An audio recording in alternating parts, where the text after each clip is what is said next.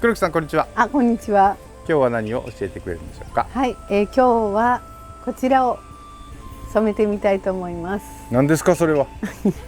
これ皆さん見たことないですか。いや、見たことはありますけど。ねえ、多分どこでもあると思うんですけど、赤目柏っていう野草になります。赤目柏。赤目柏。木になるんですか。これ木になります。それのあんまり大きくないやつ。これがたまたま今年の春、あちこちでこぼれ種で、それがこのぐらいなってた時にそのまま様子見ながらで、今ちょうど私の背より高くなったので染めに使わせてもらおうかなと思って、はい、大概はね木なので剪定が難しい、採取が。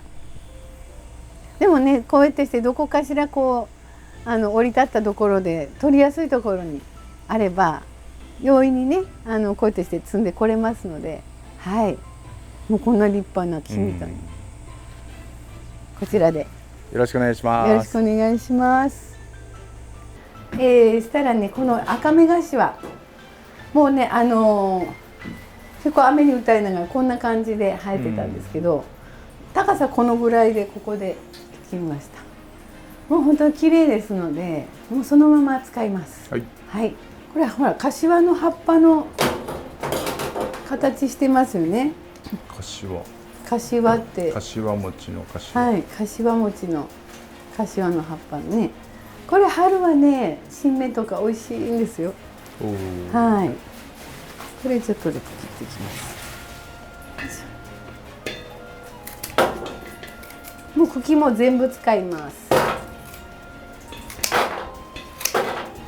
葉っぱも刻んだりね、ちぎったりもこんな感じでもいいですし、もうご自分で思うように大きい葉っぱはねしてください。で、この赤目柏ってほら茎が赤いじゃないですか。赤目分かってます。でここの茎の部分で意外と成分が入っていると思います。で、葉っぱもこういうふうに刻んでもいいし、もしあれだったらもうそのままこう切っていただいても全然大丈夫です。茎がこう赤いですよね。この茎が赤いところを使います。本当はね赤目柏の染めって秋口によくするんですけど、要はね、秋口になるとこれ落葉樹で葉っぱがこうポロンと落ちるんですよ。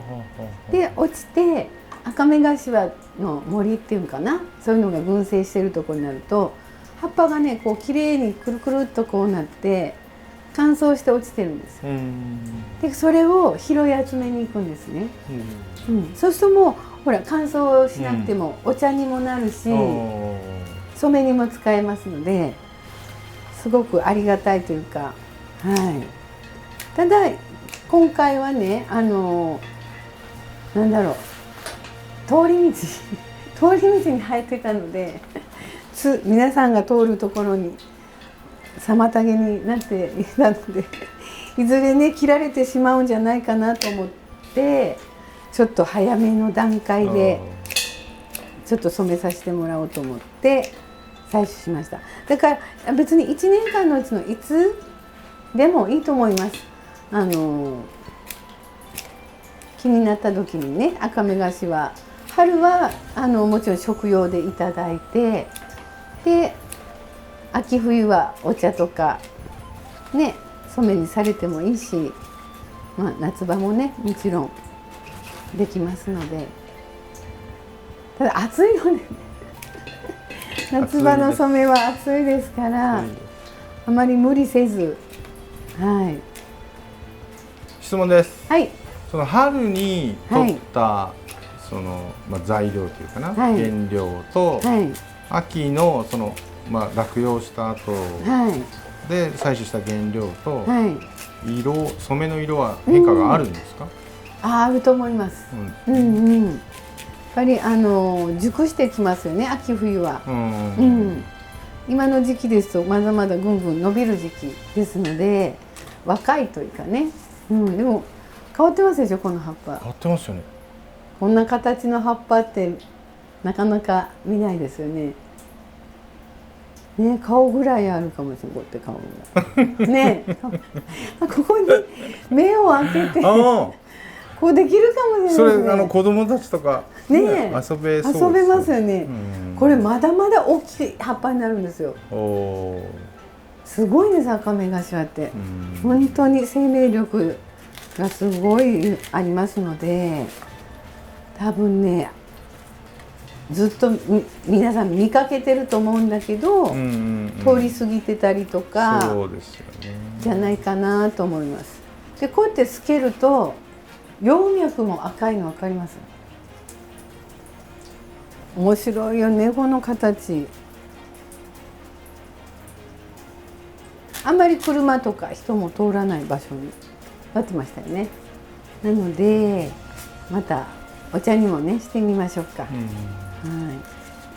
でもしなんかいろいろほら虫が卵を産んでたりとか、そういうのはちょっと外してもらったりとかしてください。今ちょうどいろんな虫たちがね今から羽化してね成長段階にありますので、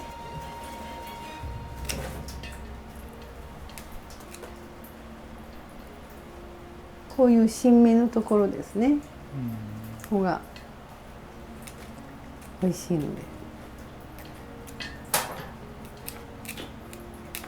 まあ大体気楽にやっていただいて、こんな感じ。立派ですよ、葉っぱがね。あら、さらに大きい。黒木さんなんか本当隠れちゃいますよね。ねえ、とかこの葉脈、葉脈がすごい綺麗出てます。不思議ですよね。綺麗。ちょっとこうお皿にしたりとかね、いろいろできそうな。よし、だいたい切りました。大きくなった。こんな感じでだいたい。そして水を入ります。もうすでに柏の匂いが。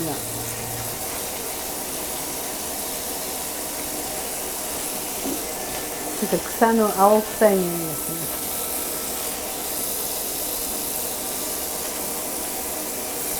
今日も前回と同じくタオル染めますので、こちらのぐらいのお鍋で、葉っぱの量もだいたい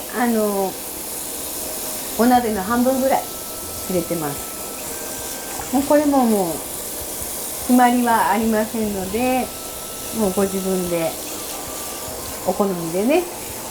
ただ鍋から吹きこぼれないように、だいたいもう7分目ぐらいで止めといた方がいいかもしれない。はい、よいしょ。これを入れまして、で火をつけますね。つけるの。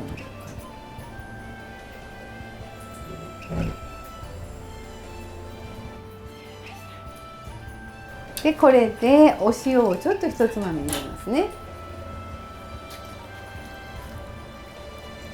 はい、こんな感じで火を入れて、もうこっちは赤目菓子はとても強いんですよ。生命力も強いし、木自体も強い。もうどこでも生えますし、でどこでもほら木になっていくんで1年でも。なので結構こう沸騰させて20分ぐらいは煮出したいと思います。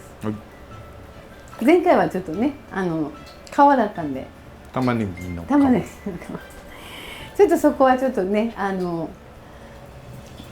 臨機応変にというかもう感覚で大丈夫ですけれども、一応そんな感じで、はい、赤目頭っていうのは古代もう何億年ぐらい前からもう本当に原初の植物と言われてまして、要するに地球上で、もうなんか昔々の、こう植物が生まれ始めた時にもう赤目頭もその中の一つとしてもう生まれてたっていうかって言われてまして、っていうのが山火事とかですね。で山の木々が全部本当に燃え切ってしまった後、一番に生えてくるのってこういう赤目頭って言われてるそうです。なるほど。でもやっぱ赤目頭って私ももう何年ぐらい、そうね、10年以上一緒にというか一緒に染まってるんですね。染まってますけど、やっぱりねそれは分かりますっていう、分かるなっていうぐらい本当に生命力がすごいんですね。なんか成長が早いイメージですよね。成長も早いですね。でまたもちろん食用でももちろんねできますけど、こう例えばお茶にしたりって、こう先ほどお伝えした、野山でこう落ち葉をね集めていったそのお茶とか、こちらを乾燥させてもお茶になりますので、そういうお茶とかも例えばいろんな病気とかがんとかの特効薬になるとかっていう方もいらっしゃるぐらい、薬効もすごい素晴らしいので、なんかねそれをご存知なお客様がどこだったかな、鹿児島かどっかでいらっしゃって、で赤目頭の染めを探してきましたって言われた方がいらっしゃいました。知ってる人は知ってる。知ってる人は知ってらっしゃる、みたいです。でちょうどね染めたのありましたんで、お渡しさせていただいたらすごく喜んでいただいて、そしたら葉っぱをねもう上げていきますね。で今日は、どちらかというと葉っぱと枝結構大きかったですよね。で細かなこうなんていうのかな、毛羽とかいろんなくずがね出ない感じでしたので、今日はこうお箸とかお玉ですくっていきたいと思います。これ簡易的ですけれども、普通に火を止めてからこんな感じで揚げます。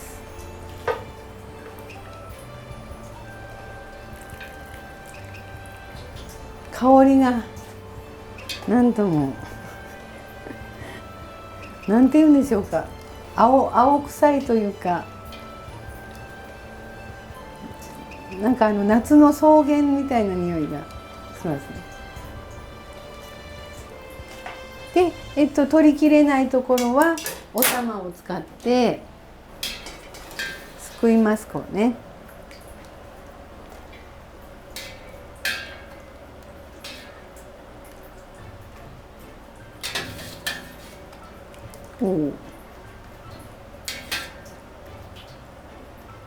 そんなにね細かいものは出てこないので、こんな感じ。そっかそっか。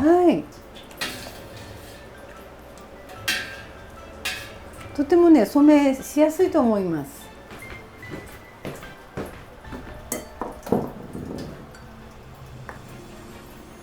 そしたら今日もこちらのタオル、前回お伝えしましたけども、機能性がねすごいいいんですね。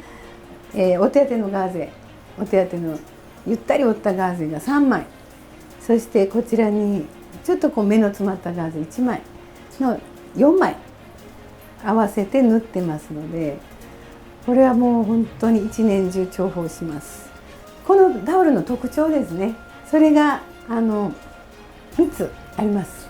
1つはとてもこの通気性がいいで、通気性が良くて保温性もいいっていうのも兼ね備えてるんですけど、まず1つですね。汗をねよく吸い取る、吸水性がいいっていうことですね。それはお肌にすごい優しいということなんですけれども、はい。で3つ目がとっても軽いということですね。前回も話してもらったんですけど、はい、夏場、例えばですよ、はい、もう暑いじゃないですか、はい、今外で作業する、そういう方は汗拭きに使う。汗拭きに使ったり、もうずっとこのタオルを巻きながらこう作業していただいて作業すると、でその帰りに、スーパーの、食料品売り場に行くともう冷凍庫みたいに寒いじゃないですか。そういう時はもうそのままつけといて保温に、ね、なりますので、もちろんね痒くなったりとかはないです。このまま作業をします。で汗もかきますよね。でもその後またお買い物とか行かれたい時もうこのまま草木染めしてますので、そんなに違和感なくタオルっていう感じはせずに、もうそのままお買い物に行ったり、はい、お出かけしても全然おしゃれというか、はい、綺麗に見えますので大丈夫です。いつもありがとうございます。見ていただいて、7月の30日から8月の5日まで、静岡県浜松の煙鉄百貨店っていうところの7階でこういうのとか草木染めの今までね染めたようなものを販売に伺います。はい、よかったら遊びに来てください。時間は、10時からで閉店が7時までです。はい、お待ちしてます。ありがとうございます。よろしくお願いします。